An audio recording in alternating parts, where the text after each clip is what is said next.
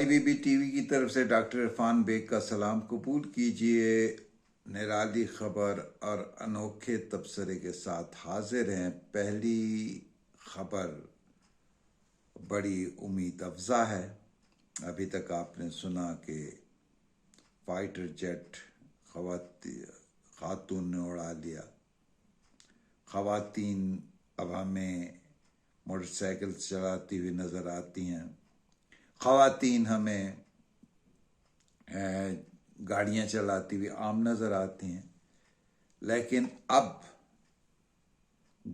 خواتین بس چلانا سیکھ رہی ہیں اور ڈرائیونگ وہ آئندہ بسیں جو ہیں خواتین چلا سکیں گے۔ یہ خبر ہے کراچی کے ایک ادارے کی جو ڈرائیونگ سکھاتے ہیں، اور اس وقت اس کے پاس 19 خواتین بس کی ڈرائیونگ سیکھ رہی ہیں اور اس کے ساتھ کچھ خواجہ سرا بھی ہیں۔